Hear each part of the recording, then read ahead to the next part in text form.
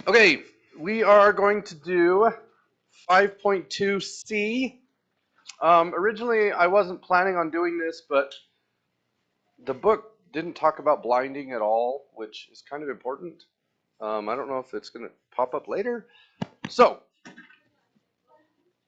we are going to do a worksheet on blinding. So, first we need to do some definitions. Treatment group. That is the group in an experiment that is receiving the treatment. That's the group that something changes. So in an experiment, you do something to somebody, or maybe a plant, or a mouse, or the weather. But the treatment group is the group that gets the change. And the group that does not get the change is called the control. So that's the group that you track, but you don't do anything to them.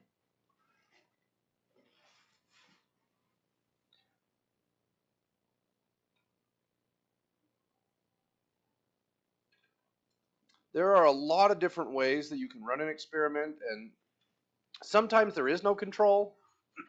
Sometimes you have a good idea and you think, let's see if this works. So you try a new teaching style or a new way to practice or something like that, and then you just check the results. Um, you can look at historical data as a control. Like this year, we changed how we teach math, and we're going to compare it to last year. And while you can do that, it's not as useful or reliable as having a treatment and a control. So, what's that? Oh yeah, we change stuff all the time. We track data all the time in mathematics and make changes. So historical controls are super common. But the problem with a historical control is, are the students this year different from the students last year? Yeah. So it is much better if you take a group and split them randomly into treatment and control. Sometimes you don't have the money or the time, or it's unethical, something like that. But whenever possible, you want to split people into treatment controls. Now, did I tell you my wife joined a medical research study a couple years ago? Yeah. So in hers, um, oh well, let's actually talk about placebo first before I go to that story. Do you guys know what a placebo is? It is a fake treatment. That's the simplest definition, a fake treatment. Now, a placebo needs to look, act, taste, smell as much like the treatment as possible. So, if you're doing a essential oil study, it's pretty hard to give a placebo, right? This smells like eucalyptus. That does not smell like eucalyptus. So we can do some clever things with placebos. We can lie and say it's one thing when it's not. Like, here is a blend of essential oils that's supposed to make you happy. And then here is a blend of essential oils that's supposed to make your heart ramp up, and it's the same blend. So we can do that kind of stuff. Um, but a placebo in its most basic form is a fake treatment. So it's a pill with wood shavings in it, something like that.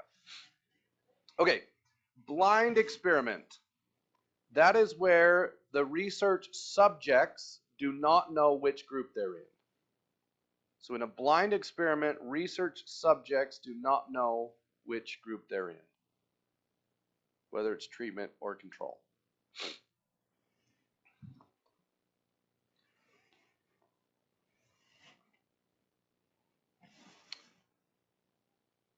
And then in a double-blind experiment, the research subjects are blinded, but in addition, the researchers administering the treatment don't know which treatment it is. Sometimes that's not possible. So let's say you're the researcher, you're the doctor, I give you pills and say patient A gets these pills, patient B gets these pills. One is a placebo and one is the real stuff. And they look and smell and taste identical. So the people administering the treatment don't know if that person is receiving the real treatment or the fake treatment. And and that's really important. So when my wife did the bunion surgery, and it's so crazy. If you told me I had to sit in a hospital room by myself for 5 days and I wasn't allowed to leave, I would go back crazy. I would be insane by the end of it. But I said, hey, how would you like a free surgery to fix your foot? And you have to stay in your own hospital room. You can't leave for 5 days. And you will get paid, I think she made in total like $1,200 or something like that. And she's like, sign me up. So she went and got the free surgery. And there was a treatment and a control, but there was no placebo because they didn't want to do surgery on people and then give them no painkillers. So what they did was um, everybody took 2 pills every time they came in, and there was a white pill and a white and brown pill, and one of them was ibuprofen. So they gave everybody ibuprofen, and then some people got a fake pill, a fake. Um, there might have been 3 groups. So there might have been ibuprofen only, ibuprofen plus some other painkiller, stronger painkiller, hydrocodone or something, and then ibuprofen plus new painkiller. So there was sort of a placebo in there. Some people did get a fake painkiller pill, but everybody got ibuprofen because they wanted to know, does our new medicine work better than ibuprofen, or does it work as well as this other one? And guess which treatment group she got? She doesn't know. They never told her. And the nurses and doctors who came in and um, monitored her progress and asked of her pain levels, they didn't know which pill she took. Somebody else, like the manager of the facility, issued the pills out, and all they did was deliver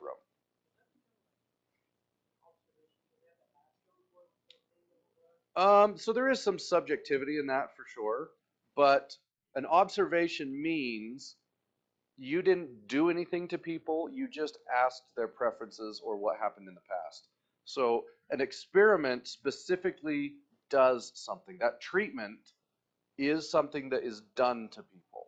And that's what differentiates it between an observation and an experiment. And I mean, we pretend that these rules are hard and fast, but in reality, research is super, super messy. Super messy. So somebody asked, why double blind? Why does that matter? Obviously, it's good if the research subjects don't know, okay? But why can the doctors not know, or the nurses? Mm. So they are interacting with the patient. So, like, you think the doctor's going to say, you hear, oh, pain tolerance 6, and the doctor's going to say, nope, that's a 5. That's probably not going to happen. But why? So it's not because we want the doctors not to be honest. That's not why. Allison, can you elaborate on what you said?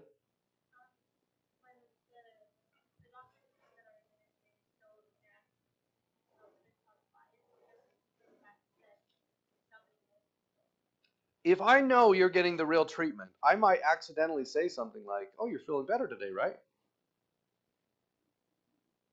And if I treat the placebo patients differently than I treat the treatment patients, then that might show up in the numbers.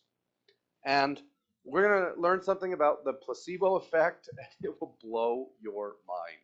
The placebo effect is the weirdest thing, and people have spent their entire careers studying the placebo effect. Do you guys know what that is? So the placebo effect is you get a fake treatment and you get better. The fake treatment heals you. And why is that? And the answer is we don't really know, but it happens. The placebo effect is real.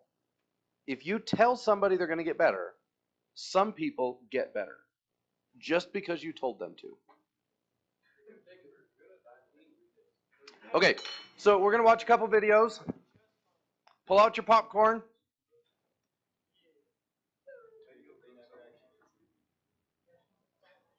Garrett, if this sound and video doesn't come through well, you can just go to the worksheet and click on the link. I don't know what it's going to look like on your end, so we're just going to watch both of them right in a row.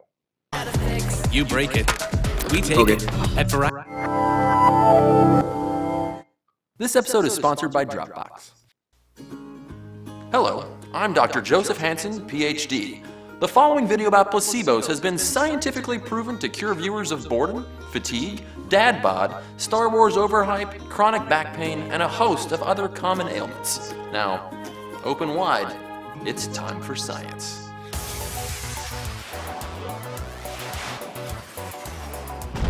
I didn't know there was a cure for dad bod. I'm really interested. On the North African battlefields of World War II, wounded soldiers were plentiful, but morphine was often scarce. Army doctor Henry Beecher needed to operate on an injured soldier, but had no drugs to give him for the pain. A desperate nurse grabbed a vial of salt water, filled a syringe, and miraculously, the soldier's pain went away. When Henry Beecher returned to Harvard University after the war, he found that a range of ailments, from gunshot wounds to the common cold, could be treated with fake medicine. It's known as the placebo effect, from the Latin for I shall please. So, what's in them? Let's turn to our chemistry expert friends from Reactions.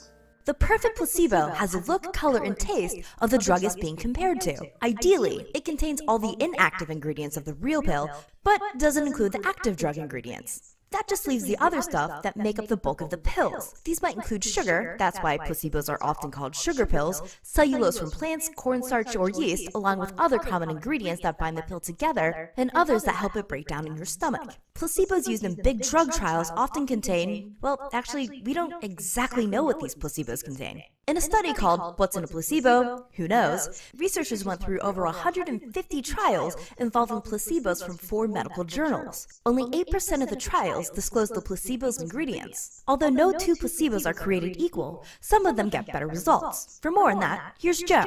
A placebo capsule works better than a placebo tablet. Placebo injections work better than placebo capsules, and placebo machines work better than placebo injections. So they put you in a machine that's supposed to fix you, and it makes a bunch of buzzy noises, and it doesn't do anything. Apparently that works better than anything else. Like I said, the placebo effect is weird. It is just weird. Even having a nice long talk with a doctor before taking a placebo can increase its effect. Taking 2 placebos is better than taking 1. Expensive placebos stamped with brands work better than cheap generics. Even putting them in fancy packaging or giving them fancy names can add to all of this. Clearly, the effectiveness of a placebo is tied to our perception of how sophisticated the treatment is. Even pill color can make a difference. Placebo sleeping pills work best if they're blue. Red placebos are better as stimulants or pain relievers, and yellow placebos make better antidepressants. I mean, it's pretty wild. One thing with absolutely no therapeutic value can work better than another thing with absolutely no therapeutic value. Some placebo effects are easy to explain. I mean, sometimes people just get better, but we can't just write them off as fake psychological tricks. Placebos can lead to very real chemical changes in our bodies. They can cause the brain to release its own natural pain-killing chemicals. They can even improve symptoms in Parkinson's patients by releasing dopamine. So, is it just in your head? Yes, but placebos can actually cause physical changes in your head and other places. Seems like where placebos do work, our higher order brain functions are in play, like when they relieve pain, reduce stress, or even change our moods. But they have limits. They can't shrink tumors or cure infections or regrow limbs. These days, before drug companies can sell a new medicine, they have to test it against a placebo. The idea is pretty simple. Give one group of patients a sugar pill or something, and one the real drug. See what happens. Subtract the placebo group's improvement from the other group, and we should see if the drug has a real effect. Simple, right? But strange things are happening these days. Even with all our advancements in science, more and more drugs are failing to pass the placebo test. It's as if the placebo effect is getting stronger. In countries like the United States, drugs can be advertised directly to consumers. Do you feel healthy, happy, and comfortable? Are you not suffering from headaches, indigestion, or irritability? A lack of symptoms may be a symptom of antohypochondriasis, commonly known as invisible illness disorder, or IID. But now there's Contradictol. No, Contradictol brings real. hidden ailments to the surface so they can be treated with other medications. When I was in high school, I didn't know what a placebo was, but there were these ads on TV back when people used to watch TV, and I vividly remember many times watching this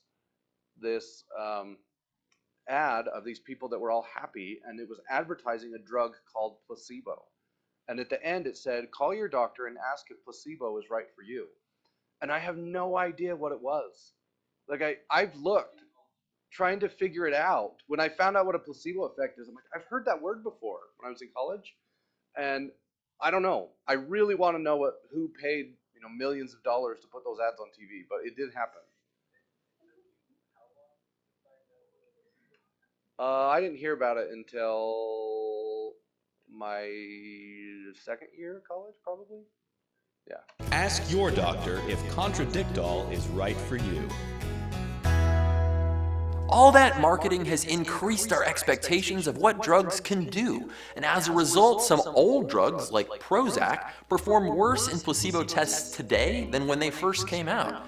This growing placebo effect is making it harder to figure out which real drugs really work. And just in case you think this couldn't get any weirder, it gets weirder. In one study, patients were even told they were receiving placebos, and they still felt real results. It's likely because the doctors had told them that placebos often have healing effects. Clearly, the critical ingredient in a placebo is expectation. If they ever work, they worked because we expect them to. So much so that a fake drug can also make a patient feel worse if that's what they're expecting. By this point, some of you are probably asking, if placebos are so effective, why not use them as real medicine? Well, prescribing one thing but telling a patient they're taking a different thing is deception. And according to Hippocrates, little white lies like those are not okay. But many doctors think parts of the placebo effect can still be used without turning every practice into a carnival sideshow. I mean, if talking to your patients more can really make them feel better, then why not talk to your patients more? There's a lot we don't understand about how and why we sometimes get better. But in addition to all the amazing medicines we've got, it's nice to know the brain has some quality medical care built in. Next time you get sick, maybe you can find a little relief in knowing that the doctor is always in. Stay curious. Some of us take pills every day in the form of vitamins and supplements. If you've ever wondered what's in them or if they actually work, follow me over to Reactions and find out more. This episode was sponsored by Dropbox. All right. So placebos can do some crazy things. I heard this story on the radio once of a woman who had IBS, irritable bowel syndrome. It's not something you want.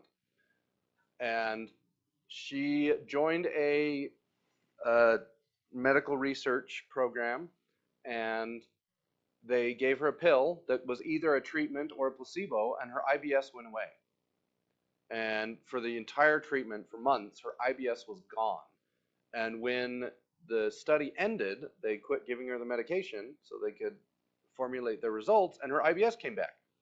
And she went to him and said, I need that drug. And they, oh, you got the placebo. And she's like, okay, I don't care. Give it to me. And they're like, no, we're not going to give you a placebo. You're crazy. So her IBS continued. She went to a pharmacist and said, I need a sugar pill. And he's like, do you know what a sugar pill is? She said, yes. Explained the situation to him, and she said, you give me a sugar pill and tell me it's going to fix my IBS. And the pharmacist is like, all right. So he did. And she said her IBS went away. And she took a sugar pill every single day, and it had not come back. Okay. So, yeah, that's a little strange. Let me, somewhere, what did I do? Oh, I closed it. Okay.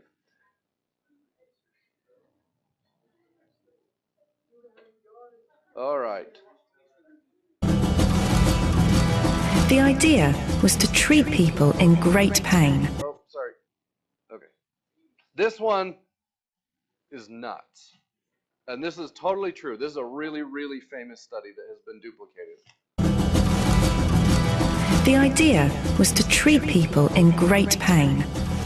Volunteers with severe knee arthritis were gathered from around the state and divided into groups. 2 groups would have a surgical procedure.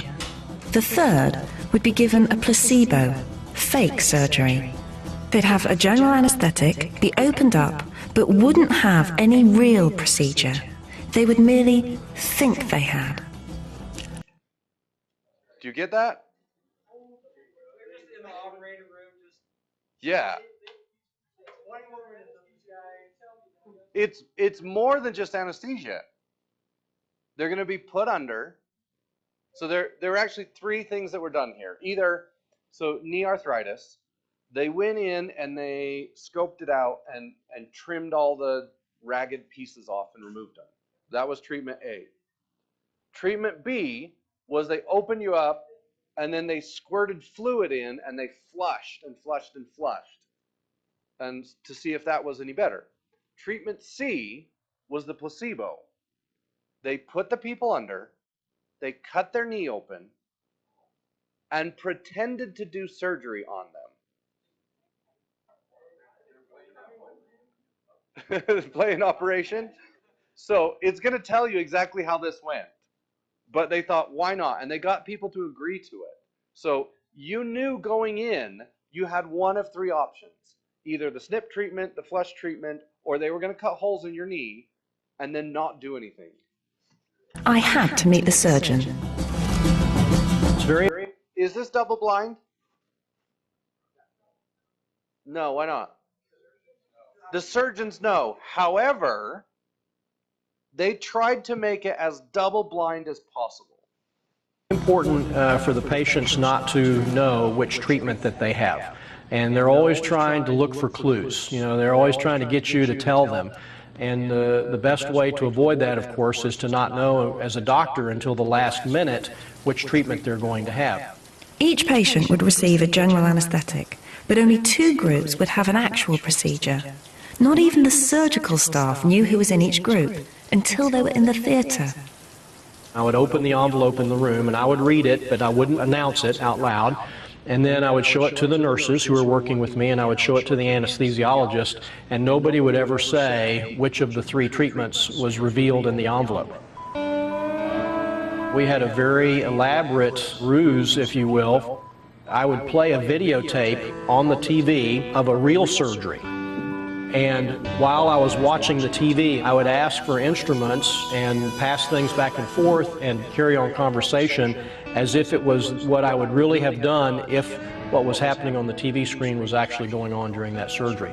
So we would have water splashing, we would have instruments clanking, and we would do this for the same amount of time that the actual surgery on the videotape took place, so that a patient and their family couldn't watch the clock and say, oh, we were only in the operating room for 10 minutes, so it must have been a pretend surgery. All this acting felt a bit weird to a doctor trained in standard surgical procedures. In the big picture, always in the back of my mind, I was thinking, good gosh, here's a patient who we're pretending to do surgery on. We're not really doing surgery, and you know, I'm a physician and a healer after all, and is this kind of really, you know, the right thing to do? Or what have I gotten myself into? It took 2 years for the study to be completed. Finally, it was time for Dr. Mosley to hear the truth from the patients themselves. I would say, if you think that the surgery helped your knee, I want you to give me a thumbs up. If you think the surgery didn't help your knee, I want you to give me a thumbs down. And if you're not sure or you're kind of neutral, just hold your hand flat. The verdict? Success for every group, fake or genuine. Sham surgery had worked. The patients who had it were astonished. The response ranged from, "You got to be kidding me," "I can't believe it," "bewilderment," "There must be a mistake," because they all felt so strongly that something had happened to change what was going on inside their knee. During your training, what were you taught about the placebo effect? Nothing. I had no clue. I went from being a skeptic to a believer. I realized that we were really onto something. There are clearly cases where we do surgeries and it's as much or more the patient's feeling about the surgery that influences the result as the actual surgery itself.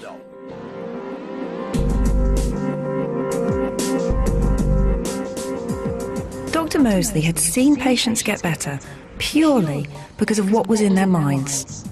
The pain had gone. It seemed too good to be true, and it did all happen 7 years ago. I wanted to see one of the patients who'd been in great pain before having Dr. Moseley's surgery. I wanted to know whether the placebo effect could still hold. When I first had that pain, before that, I couldn't do a lot of things I did, like going fishing or playing basketball or going dancing. And after that, I was able to do that. He could. Woo. We could go dancing. He took me dancing, and he could dance all night. Can you describe what the pain was like before the operation? Terrible, although I didn't think that it could be any worse. It's emotional. Why is it because you were in so much pain before? Yes. And what would you say it was that really cured you? Was it Dr. Moseley, or was it you and your mind? That is kind of an intriguing question, you know, because I got to credit Dr. Moseley for doing what he did, but it was my mind that cured the problem.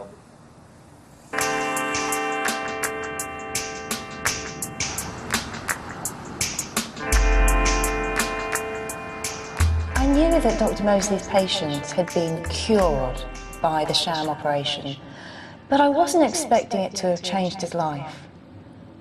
I mean, he couldn't talk about the pain that he'd experienced without crying. Well, we muddied the water.